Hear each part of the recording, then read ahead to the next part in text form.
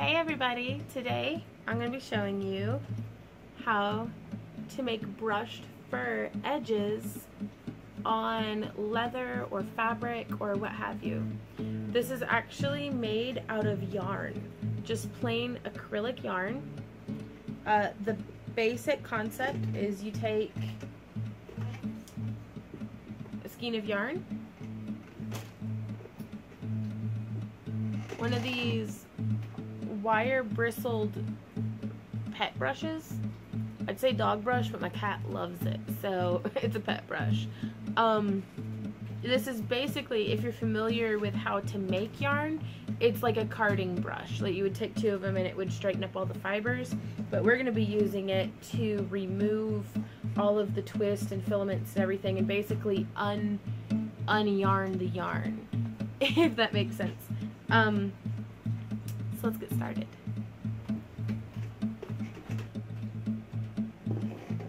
The fur that we're making, this stuff, is composed entirely of little sections of yarn that I've attached and then brushed out. So I'm going to show you first how I make all these little sections of yarn. And the colors that I'm using here are not relevant at all, but I am using Red Heart, Super Soft, and Karen yarn. These are ones that I've had good experience with them brushing out nicely, but experiment along with other yarn types, just if you have some on hand, because there's no telling, you know, how it might work out. Give me space, okay? Then I have a section of, I think this is like 1.5" PVC, maybe. It's just, I wanted them all to be consistent. And then I need more purple. So, and you can use whatever variety of colors that you want. You're really blending out your own palette. I'm pulling from the center of my skein of yarn, that way it's not jumping around everywhere. I'm going to start by pinning the yarn to the PVC pipe with my thumb and then just wrapping.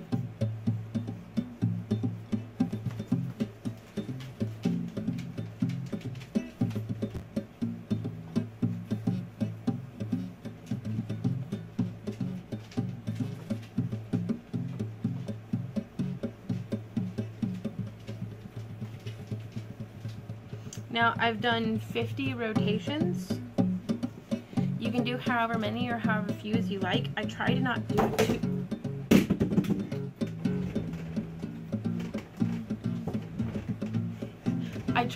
do too many because the outer layers, as you wrap around your spindle, will be longer once you've cut it than the center layers were. And I want them to be relatively consistent. Rotary cutter, very careful, these are sharp and you are made of tender flesh. So, I don't know if you can see what I'm doing, but I'm just going to press it along here. You want to get it all done in one cut because the odds of you cutting the yarn in the same place twice are very unlikely. Removing the tail that's still attached to the skein. And now I have a whole section of more or less equally length yarn segments that I'm going to use to make the fur.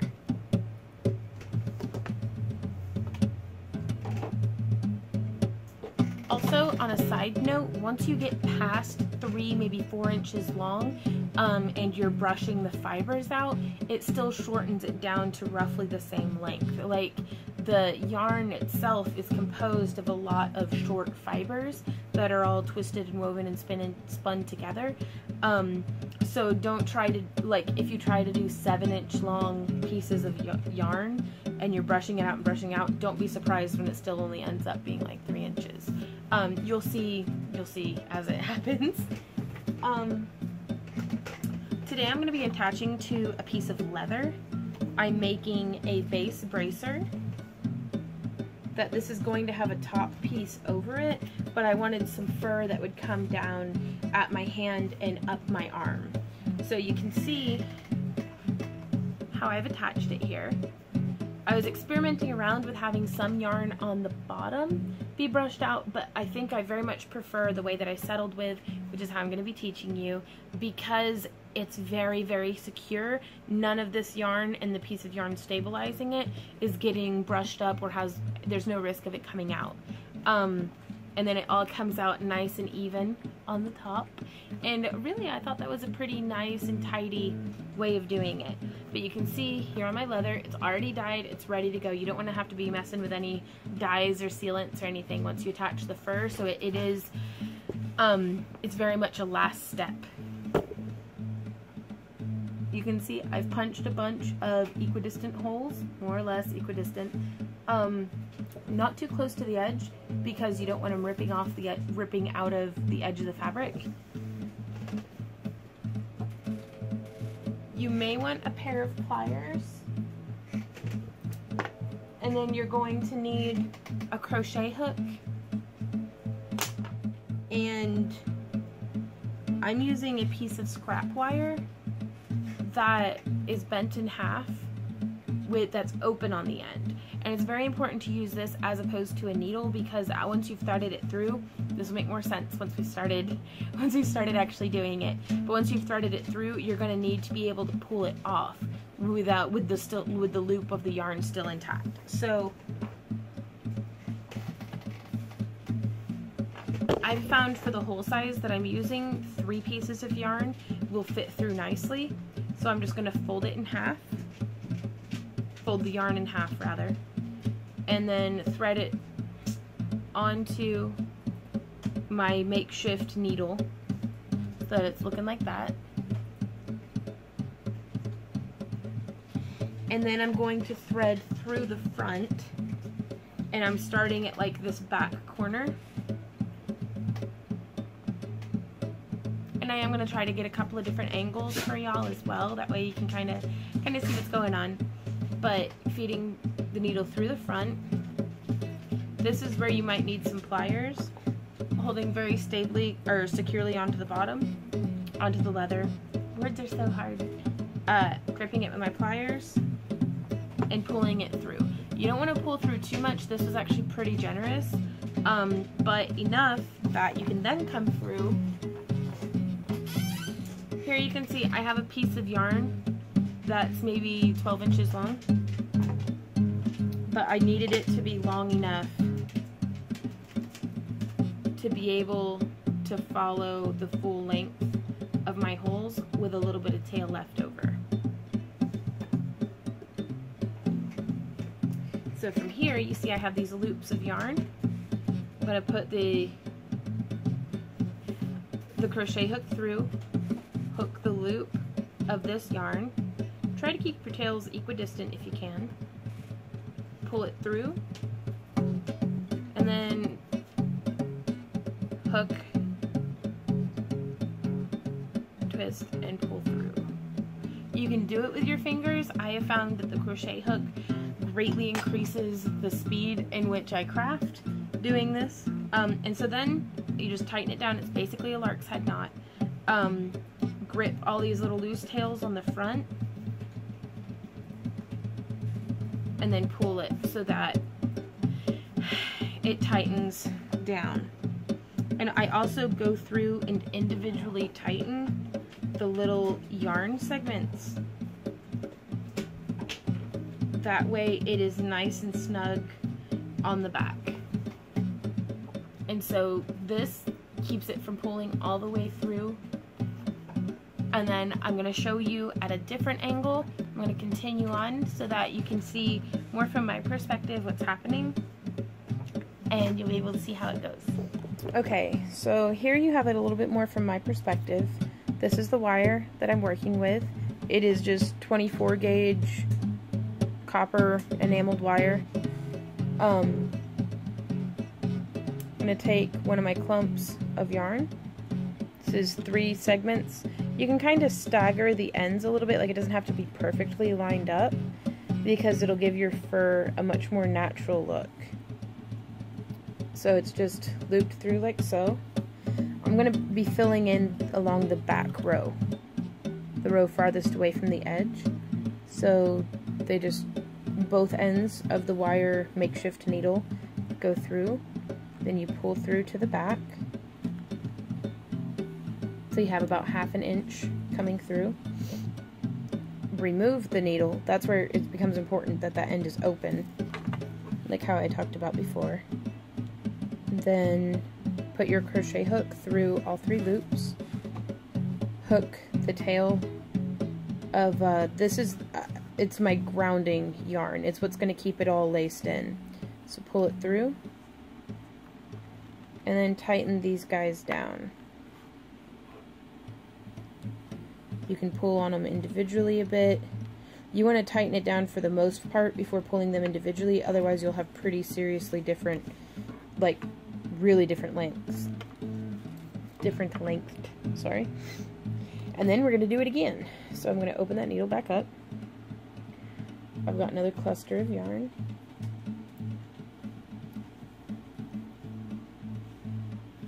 Set it up. You want to be careful when you thread through that you're not snagging through the yarn that you've already placed.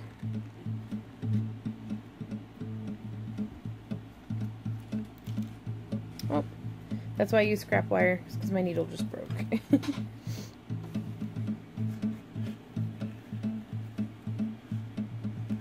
But this is definitely enough to give you an idea of what's going on. I'm going to tighten them down.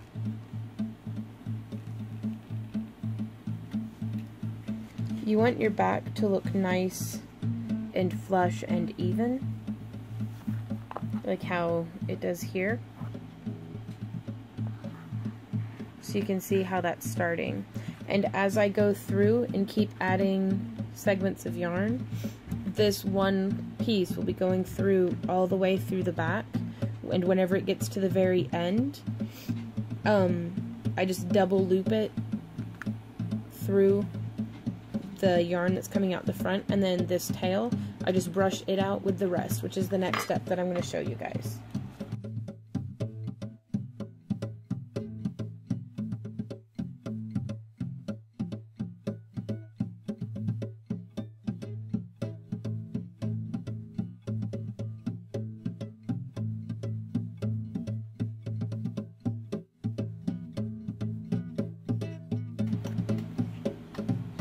So we have our carding brush, and this is where it turns the yarn from what we see here into what we see over here.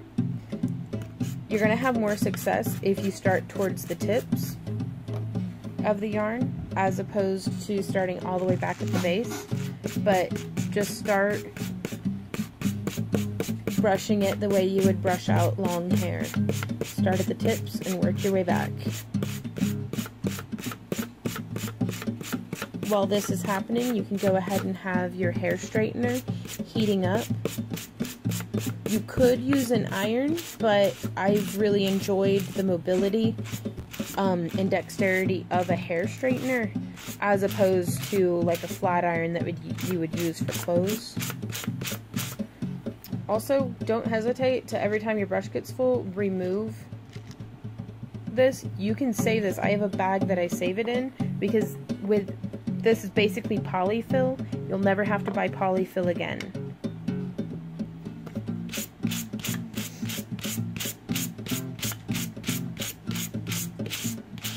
And so here we have a very fluffy, rough, almost like sheep's wool.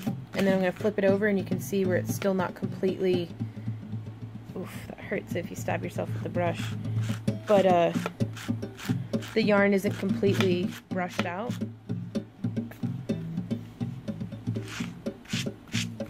Be careful, like this is an underlayer. If this were of leather, it's going to have something else on top of it, which is why I don't really mind brushing it like this, but you're very likely to scratch up your surface, so use discretion.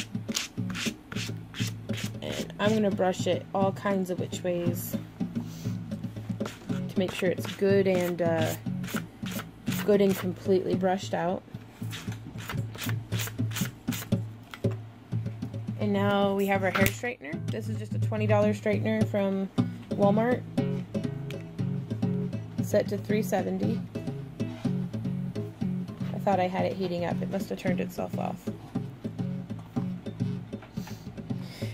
But you'll want it to get, you'll want it to get nice and hot, but not so hot that you'll melt the fibers, because I mean they are acrylic.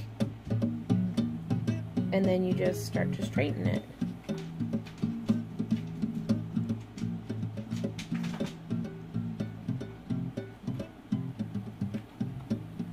And you can see how much that is diminishing the volume.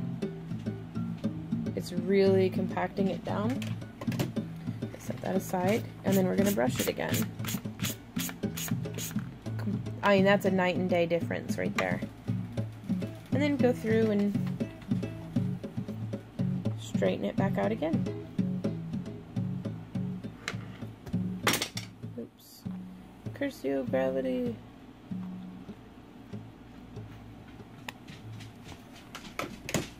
And this really, picking up my carding brush. This really brightens it up and shines it. If you get any weird little kinks or anything like that, just straighten it back out.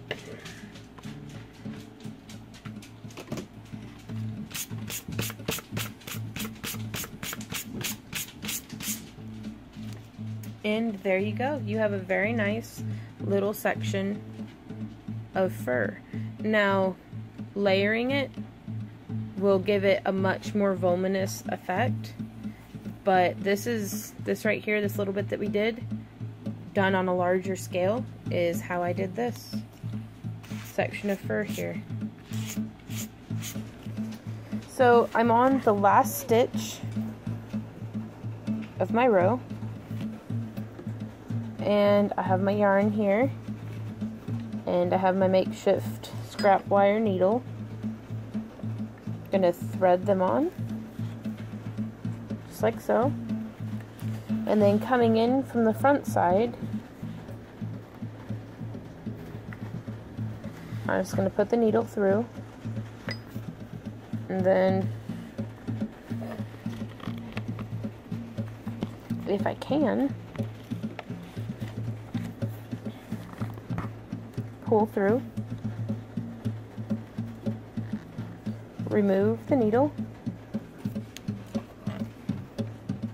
Now, with this being the last stitch, I want to bind off my stabilizing yarn that's been holding all of these stitches from just pulling straight through to the other side. So I'm going to do just how I normally would, just pull a stitch through. But now I'm going to pull it through again so that it's knotted up a little bit. Set your crochet needle aside, separate out the cluster you're working on, and kind of alternate tugging on the cluster and tugging on your back string.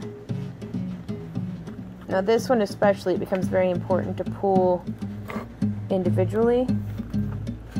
Sorry, it's with the camera zoomed in so much, it does give you a good idea, but my fingers can get in the way quite a bit. But, and then this one here, you just bring it forward to blend in with the rest of the yarn whenever you start brushing it.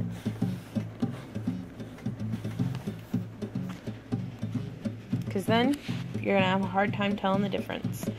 And this is it before brushing, and this is it after brushing, just right over here, that little bit that we had done. And also, don't forget, this is still just the one row. So I still have a whole nother row to do. But just to cut down on the bulk and make the brushing a little bit easier, I do go row by row. So I threaded through this whole back row of holes, and now I'm going to brush and straighten it and kind of keep it folded back and out of the way while I do the second row. And then I'm going to brush and straighten the second row and then kind of lay them all in together and then brush it and do the final refining all as one cluster.